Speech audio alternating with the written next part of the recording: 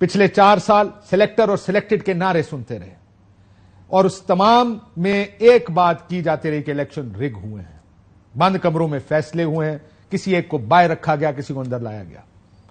उसका नतीजा यह निकला कि 9 अप्रैल को आखिर एक और हुकूमत घर चली गई, जो गई एक आईनी तरीके से, अदम अतमाद के वोट के जरिए इस हुकूमत को घर भेजा गया। लेकिन क्या यह वोट एक शफाफ अमल के जरिए हुआ या फिर हमेशा की तरह एक डील हुई और एक और हुकूमत को घर भेज दिया गया?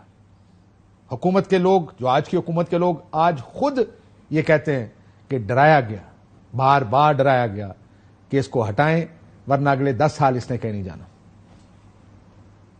जो हमें लोग कहते थे, डराते थे, दबाव में लाते थे इस बात पे कि अगर फौरी तौर पर अदम एतमाद करके आप हुकूमत में ना आए तो फलां आ जाएगा, फलां बैठ जाएगा किसी चेयर पे, कोई किसी किस्म का हमें उस वक्त भी न नोटिस था न हमने लिया था, मगर इत्तेहादी जमातों के हम फैसलों पर के पाबंद थे। ऐसी गुफ्तगू सिर्फ मियां जावेद लतीफ साहब ने नहीं की, खुर्रम दस्तगीर साहब ने भी ऐसा बयान सबसे पहले अगर किसी ने दिया था तो खुर्रम दस्तगीर साहब ने दिया था और बार बार उन्होंने कहा हमें हुकूमत दिलवाई और अब हमसे मुश्किल फैसले करवाते हैं। सो क्या यह डील का नतीजा था? ख्वाजा आसिफ साहब ने भी एक बयान इस वीकेंड पर दिया, उसमें भी कहीं ना कहीं यह आंसर शामिल था।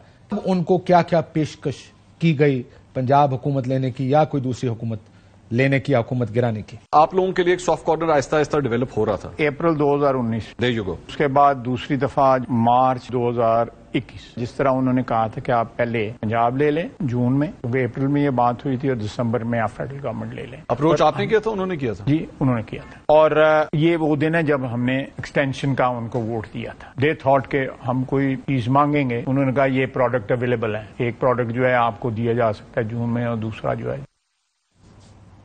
तो बहुत से प्रोडक्ट हैं जो अवेलेबल थे, जो देने थे, दिए जा सकते थे, दिए भी गए और यही है हमारी सियासत। अनफॉर्चुनेटली हमने सीखना भी नहीं है। पिछले 4 साल में जो नारेबाजी करते थे आज उससे बिल्कुल बरक्स काम हो रहा है। ऐसा लगता है गुज़िश्ता 1.5 साल के वाकयात देखकर तो बिल्कुल ऐसा लगता है कि अब फिर प्लेयर्स वही हैं, तरीका वही है, लेकिन जो बेनिफिशरीज हैं सिस्टम के वो बदल गए हैं, जिनके खिलाफ है सिस्टम वो बदल गए हैं, तरीकाकार वही पुराना है। अगर आप 9 अप्रैल के बाद के वाकयात देखें तो आपको एक वाकयात देखकर लगेगा कि अब फैसला यह हुआ कि जिसको निकाला था उसको फिर सियासत से बाहर भी रखना है, किसी और को जाहिर है हुकूमत में भी लाना था। सो बहुत से वाकयात, और अगर आप इन वाकयात को ब्रेक डाउन करें तो आप 9 मई से पहले के वाकयात और 9 मई के उस वाकये के बाद के वाकयात देखें तो आपको बहुत क्लियरली नजर आएगा कि बहुत से ऐसे फैसले किए गए जिनको देखकर आपको शायद ये लगता है कि किसी को हुकूमत से बाहर रखना था। मिसाल अगर आप देखें 9 मई के पहले के वाकयात की, ढेरों FIRs, गिरफ्तारियां, केसेस, उन केसेस में सजाएं, कातलाना हमले, ये वो तमाम चीजें थी जो की गई। तहरीक इंसाफ ने 2 असेंबलियां तोड़ दी, तहलील कर दी पंजाब और खैबर पख्तूनख्वा की असेंबली। आइन कहता था 90 दिन में इलेक्शंस कराएं, लेकिन क्योंकि उस वक्त सूट नहीं करते थे इसलिए इलेक्शंस ना करवाने की बहुत से दलाइल भी दिए गए, ना पैसे रिलीज किए गए और यह भी कहा गया कि सिक्योरिटी फराम नहीं की जा सकती। सुप्रीम कोर्ट के फैसले के बावजूद वो इलेक्शंस नहीं हुए। हमने एक नजर दौड़ाई, आज जो हालात हैं, आज की हुकूमत ये बज़िद है कि इलेक्शंस वक्त पर होंगे और होने चाहिए, लेकिन उस वक्त दलाइल ये थे कि इलेक्शंस नहीं होने चाहिए। जरा ये जो पैराडॉक्स है आज के माहौल का उस वक्त के माहौल से, जरा वो भी मुलाहिजा कीजिए।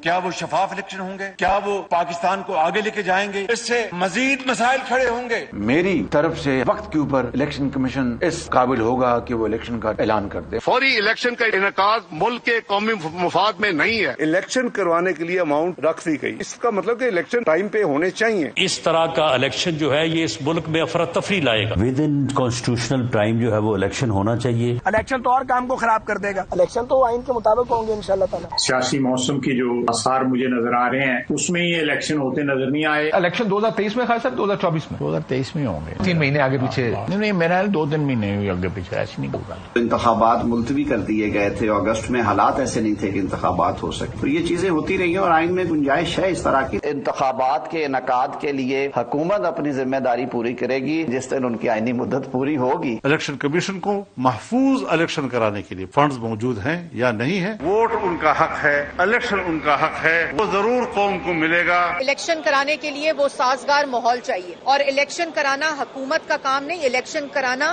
الیکشن کمیشن کا کام ہے۔ کیئر ٹیکر سیٹ اپ کو جو آئین کی روح ہے اور اس میں الیکشنز ہوں گے انشاءاللہ۔ روح کے تحت الیکشن ہوں گے، لیکن وہ روح کون سی ہے اس کی ڈیفینیشن سب کی اپنی اپنی ہے۔ بہرحال قومی اسمبلی سے کی نشستوں سے دیے گئے استعفے، اس پر ہائی کورٹس کے فیصلے بھی آئے کہ ان کو واپس اسمبلیوں میں جانے دیا جائے، لیکن اس پر بھی عمل درآمد نہیں ہوا۔ پھر واٹر شیڈ موومنٹ ایک اور 9 مئی کا واقعہ ہوا جس کی وجہ سے تحریک انصاف پر پریشر مزید بڑھ گیا، اور اس واقعے نے جس میں GHQ میں جانا، کور کمانڈر ہاؤس میں جو آگیں لگائی گئیں، اس طرح کے واقعات ہوئے، وہ جو پریشر یا جو حالات تھے وہ ایک بڑے حد تک تحریک انصاف کے خلاف ہوتے نظر آئے۔ ان ساروں کے بعد لوگوں کو گرفتار کیا گیا، وہ لوگ جو ملوث تھے ان کو تو کرنا بھی چاہیے، سزائیں بھی دینی چاہیے، لیکن نظر یہ آیا کہ جو لوگ اندر گئے وہ پریس کانفرنس کی صورت میں ہی باہر نکلے۔ پارٹیاں بنائی گئیں، استحکام پاکستان پارٹی ایک بنائی گئی، اور جو لوگ چھوڑ رہے ہیں وہ اس میں جا رہے ہیں۔ خیبر پختونخوا میں پاکستان تحریک انصاف پارلیمنٹیرینز کے نام کی ایک پارٹی بھی بنائی گئی، جو شاید تحریک انصاف کے لوگ ٹوٹ کر اس پارٹی میں گئے۔ اگر آپ دیکھیں کہ کون اس پارٹی میں جا رہا تھا، لوگ منہ چھپا رہے تھے ادھر بھی ادھر بھی، جو استحکام پاکستان پارٹی میں گئے اس میں ایک دم بریک لگ گئی پارٹی بننے کے بعد۔ جو PTI پارلیمنٹیرینز میں گئے، تردیدی بیان آنے شروع ہو گئے کہ ہم تو ویسے ہی گئے تھے، بہت سے لوگ تو کسٹڈی میں تھے اور اس کسٹڈی سے ان کو وہاں پر لے جایا گیا۔ بہرحال دیکھتے ہیں آنے والے دنوں میں کیا ہوگا۔